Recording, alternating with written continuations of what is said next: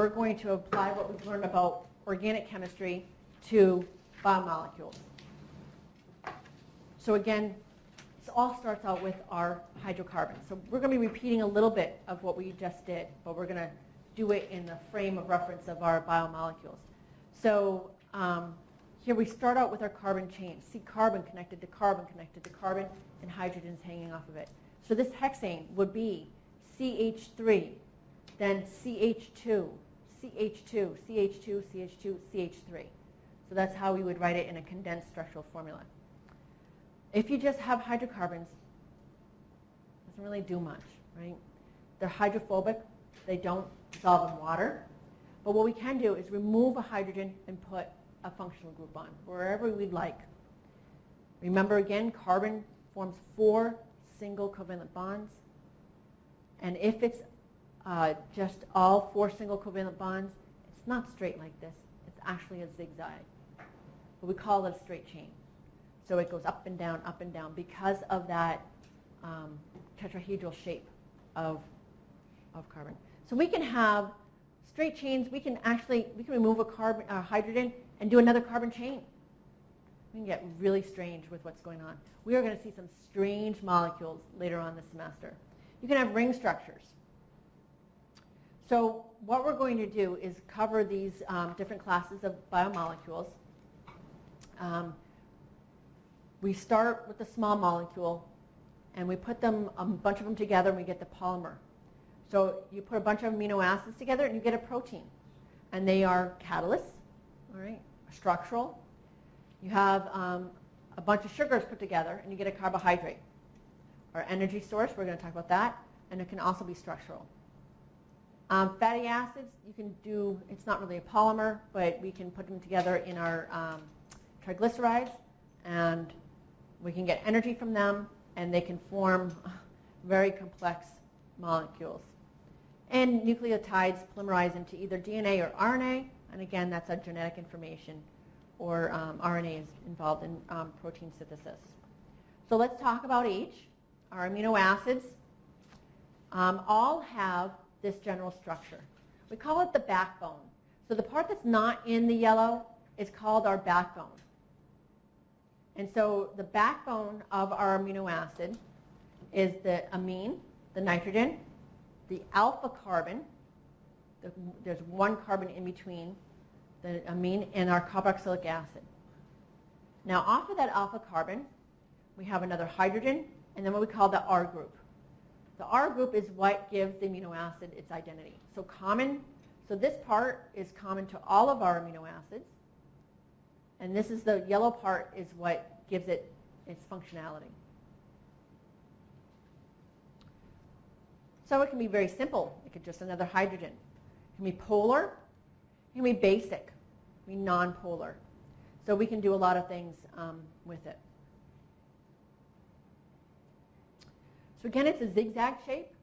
Here's our amine group, alpha carbon. Here's glycine. The R is just hydrogen. And our acid. It's a zigzag shape.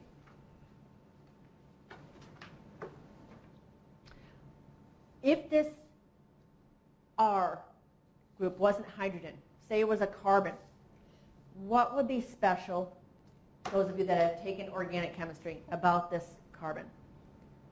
This question is limited to those people that have had organic. The carbon is called chiral.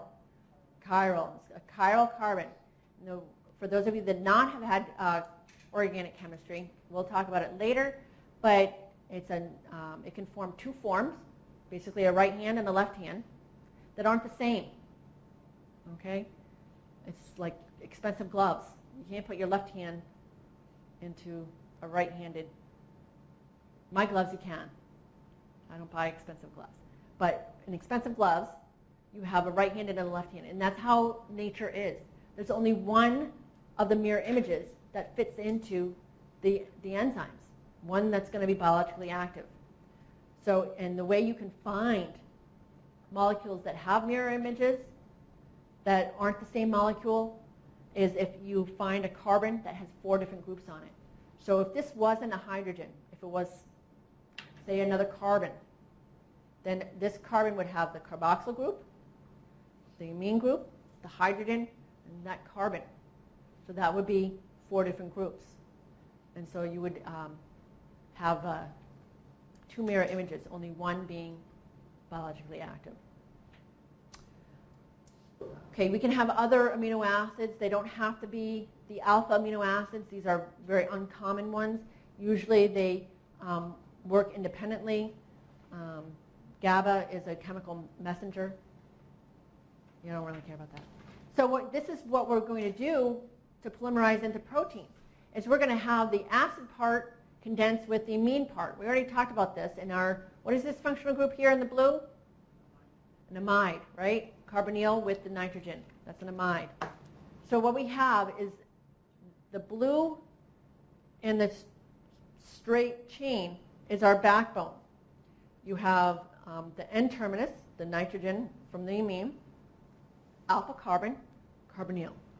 N, nitrogen, alpha carbon, carbonyl, nitrogen, and so on. That's called the backbone. And then off of the alpha carbon, you have your hydrogen and then your R group. And when you string a peptide out, protein or peptide out, and you pull it, what you'll see is that the R groups that give the amino acids identity will be up and down, up and down, up and down. And that's due to the tetrahedral shape of our alpha carbon. So, yes? So the beta carbon, and it's only if there was a beta one, it would have to be carbon. You're not going to see beta ones in proteins. Beta ones you'll see as acting alone as messengers. So we won't, I mean, I don't know if we see beta alanine in anything, but we won't see any beta amino acids in our proteins. It's the alpha amino acids that are in our proteins. One more question. Can you just explain one more time how you can determine if it's an alpha carbon? That there's only one carbon in between the nitrogen and the carbonyl. Okay. Alpha stands for A. Beta stands for B, right? So A, B, so you only have one. Is that easy? So these little blue balls are amino acids. The yellow ones are the ones that have R groups off of that alpha carbon that are very hydrophobic, very nonpolar. When a peptide chain, okay, a peptide chain, polymer of amino acids, they, when they fold up, it's basically to get the nonpolar ones away from water. So the nonpolar ones, so say my thumbs are nonpolar ones and my arms are the peptide chain, they're going to fold so that it's away from the water, because nonpolar doesn't want to be near water. We'll talk about that later, why nonpolar doesn't want to be near water, but that's the driving force. It's, for those of you that are very good at chemistry, it's an entropy-driven force. All right, sugars. Carbon dioxide, ultimately oxidized. Are we getting close to that here in our sugars? Look at that. Each carbon in our sugar has what? It has an OH.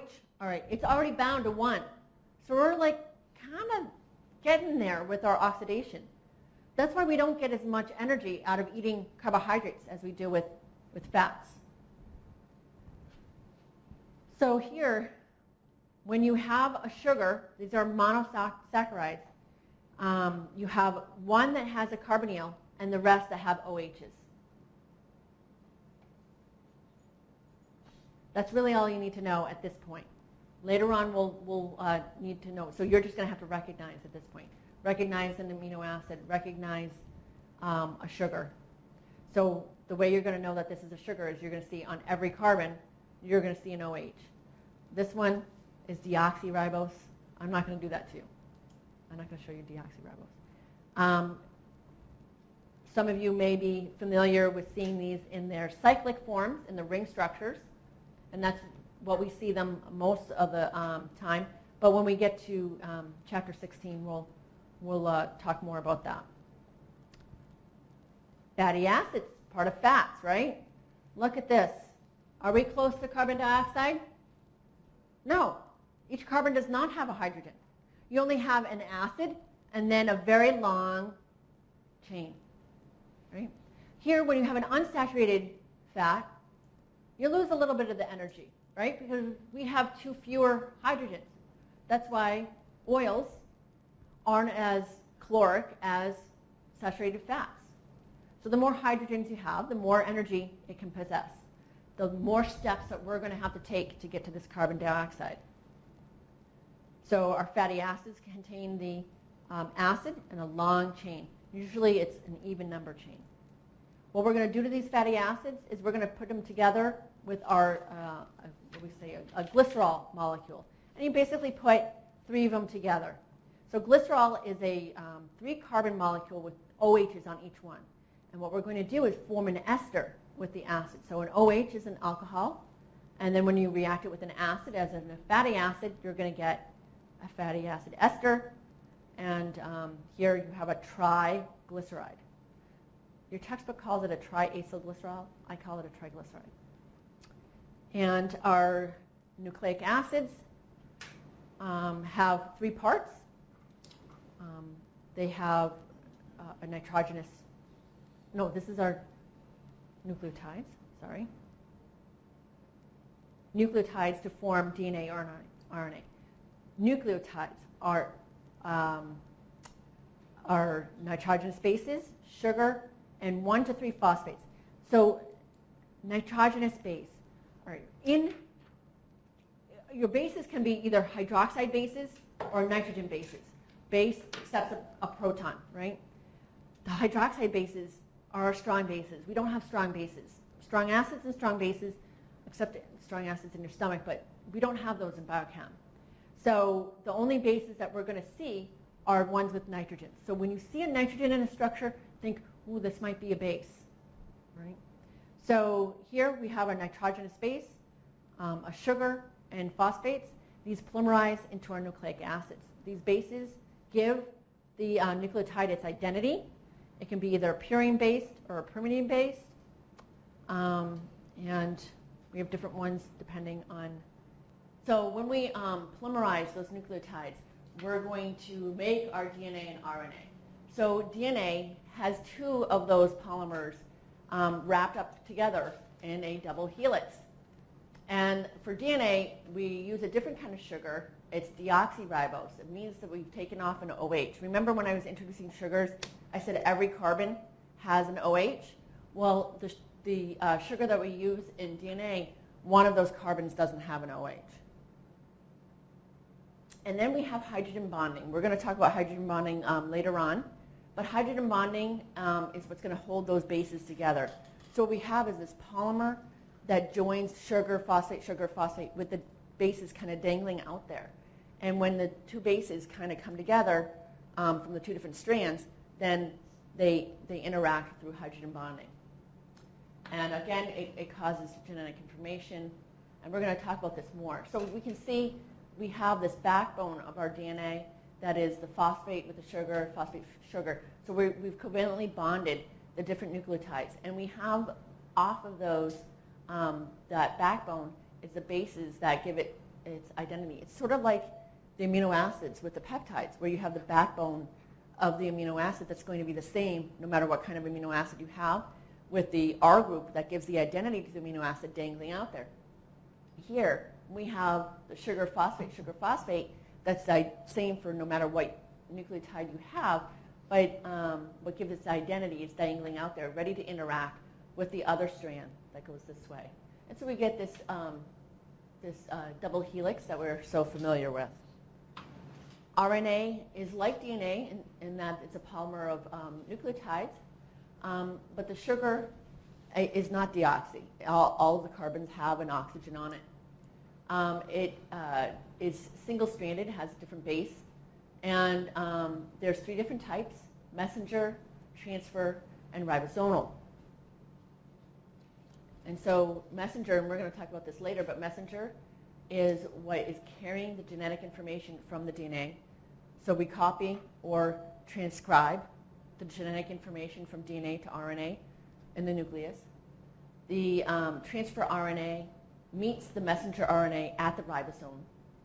And the transfer RNA is going to hold the amino acid, okay, and the anticodon that's going to match up with what we call the codon on the messenger RNA. So that's 3 bases that give a piece of information for an amino acid.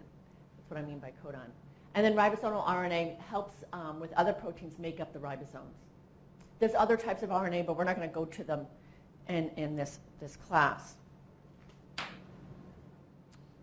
Now let's talk about all the reactions that these biochemical molecules are in. All the thousands of reactions in your cell make up metabolism. All right? We don't want all those reactions happening at once, so they are catalyzed by enzymes, which are proteins, and those enzymes can be turned on or off. So we're going to control whether those reactions are going on by turning those enzymes on or off. You can't have everything going on at once. It would be chaos. We wouldn't have life. So even though I say there's thousands of reactions, there's only a few types, thankfully. And we're going to go over those types. And those functions of those reactions are one of these 4. There's going to be a few reasons why we're going to be doing it. We're going to go over those reactions for the acquisition of energy. All right? So we're just taking a little peek at 1/4 of what the reactions do in this course. So biochemistry is a vast subject, which we are just, taking a little tiny fingernail scratch on. You can also do building up or synthesis of biomolecules. So breaking down is going to be the acquisition of energy. That's called catabolic. Anabolic is building up. And then we can also have growth and development. And very importantly and amazingly is removal of waste and toxic substances. I don't know. I think this is kind of cool how neat it is, the mechanisms by which the cell has evolved to get rid of things that aren't needed in the cell. Okay, so this is a review. What we're going to be doing is taking a look at the same reactions we looked at in our organic review, but applying them to our biochemical reactions. So we have a nucleophilic substitution, again, the nucleophile, which is defined as something that seeks a positive center, that is looking for a nucleus. Nucleophile, phile, love, okay? Attacks an electrophile, electron, phile, loving. So it's looking for electrons. I don't know what this thing is. This is a typo. So nucleophiles, we find either they're going to be negatively charged or they're going to have lone pairs. More often than not, in our view, we're going to see them with lone pairs. So our oxygen, our sulfur, those are going to be our nucleophiles. Now, the electrophile is often in this class going to be a carbonyl, the carbon of the carbonyl. Remember I mentioned that oxygen is more electronegative than carbon. And to be an electronegative, let me remind you, is to take those bonding pair electrons. We have 2 pairs or 4 electrons in between the oxygen and carbon. And so as I try to depict here, those bonding pair electrons are closer to the oxygen than they are to the carbon. And that makes the carbon partially positive. Right? So that's why this little squiggly here is a delta. So I say delta positive. That's because it is not positively charged, but it's electron deficient. So that's what this thing right here means. This delta positive means it's electron deficient. It's sort of needing a little bit more electrons. And here this delta negative does not mean that it's charged negatively, but it has more electron density. The electrons are spending, what I mean by electron density means that it's more packed with electrons. Because not only does it have those electron pairs there, but it also has 2 lone pairs. So there's a lot of electrons around this oxygen. So this causes a carbonyl to have what we call a dipole moment. And this dipole moment, or makes it polar, we make as a vector. We show as a vector. And a vector has both magnitude and direction. All right? A vector has both magnitude and direction. So we draw it as an arrow. And we're going to go over this when we go over chapter 2.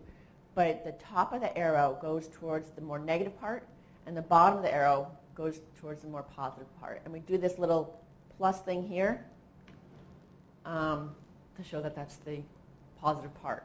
They don't always get that in there, but know that the arrowhead is going to go towards the negative part. So we can show that the carbon of the carbonyl is going to be an electrophile. That's what you need to take home from this. Okay, so this is what I was trying to show before when we were looking at nucleophilic substitution. So you have an alcohol here. You have a lot of alcohols here. This is glucose. It's a monosaccharide. And before I showed you the monosaccharides in the open chain form, this is what they look like in the closed chain form. So these alcohols, the OHs, the hydroxyl groups, are sort of close to the ring. So there's not a lot of space for them to react.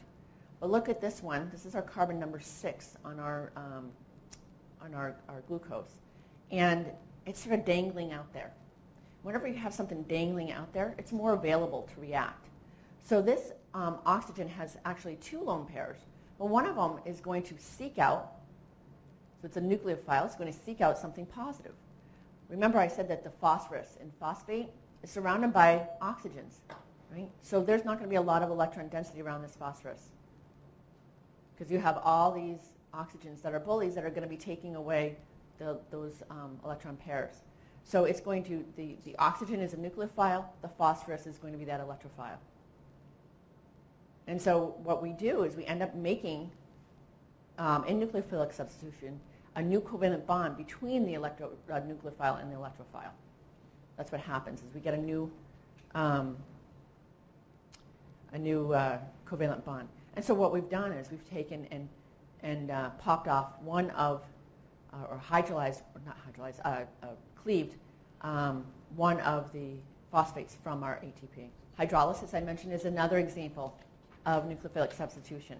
The lone pairs on the oxygen of water can do the same thing as the lone pair of the oxygen on that alcohol. It's going to be attacking that phosphorus, and it's going to break this bond. And so again, we're left with, here we have 3 phosphates, here we only have 2. That phosphate was broken off, and we end up with an inorganic phosphate. Now I want to mention, just as an aside, that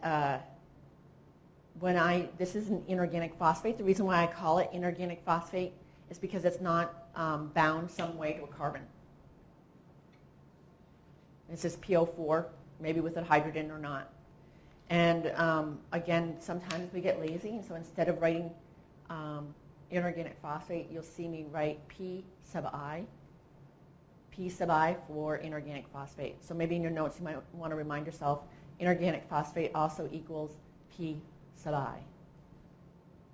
Now, remember I said that this is an ATP, all those phosphates next to each other are angry, right? They have a lot of energy because you're putting negative things right next to each other. And that is like, there's a lot of repulsion. And it's like really tense. It's like, I don't want to be next to you because you're also negative, and I'm really tense because of that.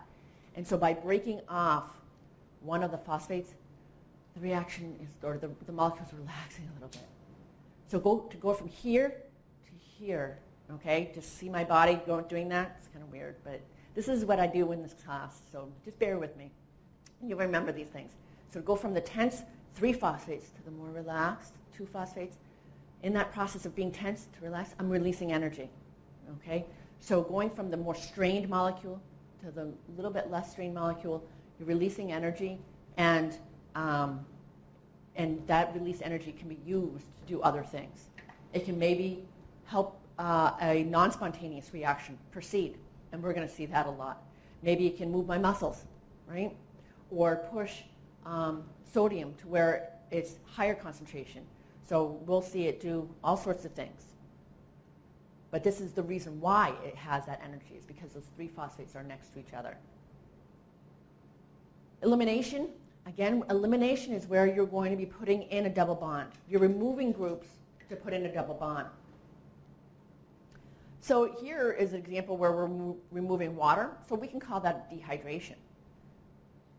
Now this is going to be catalyzed by an enzyme. All these are going to be catalyzed by an enzyme. Take a look at this guy, PEP, phosphoenolpyruvate. Do you think this has got a lot of energy? Do you think this one's angry? It's double bond, phosphate, acid. Look at the negative charge, oxygens next to each other, all the electrons close to each other. This is probably one of the most angry molecules we have out there, highest energy molecules that we have. We'll see that later. I'm giving you like little previews in chapter 1. Addition is just really the opposite of dehydration. When we're, those of you that have taken organic, when you want to put an alcohol on a carbon chain, what you do in the lab is you work to put a double bond, and then you dehydrate that double, or you hydrate that double bond. So the body does the same thing. So when we are working to, say, oxidize to carbon dioxide, what we're going to see these pathways do is where we eventually want an oxygen on a carbon, you'll see first in a getting ready reaction a double bond placed where you want the oxygen. And then you'll see then you'll hydrate that double bond. So, and this is true of all the pathways. If you want an oxygen on a carbon, this is the way it does it. Puts a double bond and then hydrates it. So you can see that perhaps we will do some sort of elimination, but in a different way. Maybe not removing hydrogen and on OH, but maybe we would take 2 hydrogens away. And then we will add across a double bond a water molecule to get that alcohol. And then maybe we can, so here we have a ketone, we can oxidize that ketone. So that's what we're going to be doing. Isomerization, probably the easiest one. You're just moving groups around. You're changing the connectivity of the atoms. Here we have a phosphate on carbon number 3. Well, we're moving it to carbon number 2. And often the enzymes that do that are called mutases. Okay, so again, a redox is transferring electrons. Now, when you were studying general chemistry, you learned different types of reactions. And when you did titrations, you learned acid-base reactions. All right, an acid and base, an acid transfers a hydrogen ion or a proton to a base, right? Redox reactions are the transfer of electrons. So you can think of it as a parallel thing, where acid-base reactions transfer protons, redox reactions transfer electrons. When you're transferring electrons, just like transferring them in the wire, you produce energy. So our redox reactions are energy-producing reactions. All right, so we have our oil rig, or Leo goes grr. Loss of electrons is oxidation. Gain of electrons is reduction. If you're an oxidizing agent, you cause something else to be oxidized, so you are reduced. Just think like secret agent. You're working for the other side, right? So if you're an oxidizing agent, you yourself are reduced. If you're a reducing agent, then you yourself are oxidized. So again, we're going to make it a whole lot easier in biochemistry. Oxidation is when we're losing, it doesn't have to be 2 hydrogens. It can be 1, losing hydrogen atoms and or gaining oxygen. And reduction is when you're gaining hydrogens and or losing oxygen. So it's an and or situation. And it doesn't have to be 2 hydrogens. Remember, if you're gaining 2, if you're gaining both or losing both, it's not going to be redox. So here, you're losing hydrogen, gaining oxygen. So if you're losing hydrogen and losing oxygen, it's not going to be redox. So when we lose hydrogen atoms, here's an example. In this reaction, this is actually in our citric acid cycle or Krebs cycle, we are going to be losing 2 hydrogens on this malate to oxidize the alcohol to a ketone. So where do those hydrogens go to? They go to the oxidizing agent, which gets reduced. NAD is our coenzyme that is getting reduced.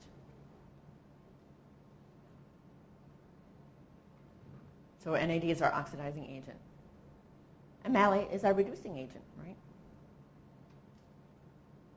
Okay, here we have an example where we're going to reduce pyruvate. So go from a ketone to an alcohol. So that's reduction. And so we're gaining hydrogens. Where are they going to come from? We're going to come from our reducing agent, or NADH. And that is going to lose the hydrogen and become NAD+. And then that is the oxidized form. So whenever you see, so let's take a second. Compare pyruvate to lactate. Which one is more oxidized? Which one is more oxidized? Pyruvate, because it has fewer hydrogens. So a molecule with fewer hydrogens is going to be more oxidized. Lactate has more hydrogens, so it's going to be more reduced. Now, this is not a proton that we're transferring from the NADH to the lactate. Okay, it's not a proton. It's a hydrogen with the electron with it. Okay, so that's the difference. These hydrogens, they're hydrides. They are units of electrons. Okay, so let's take a look at this reaction.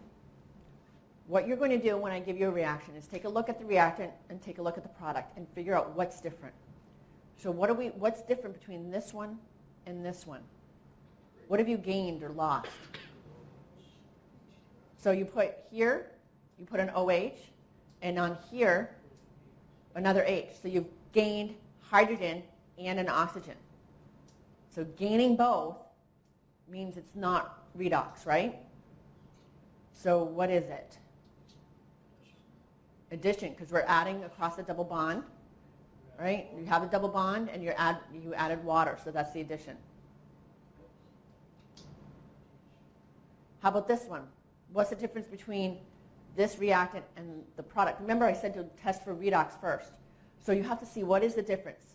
All right, the difference is only at this carbon. So what have you done? You've lost this hydrogen and this hydrogen. Have you gained oxygen? No. Although, let me just tell you, in my mind, I see a gain of oxygen because you go from a carbon-oxygen single bond to a carbon-oxygen double bond. To me, that's not gaining another, but maybe a stronger relationship with that oxygen. So here, you're losing 2 hydrogens and or gaining oxygen, so it's going to be an oxidation. It's an elimination type of oxidation, but I would want oxidation. So in your notes, circle oxidation. That's the answer that I would want. Oxidation.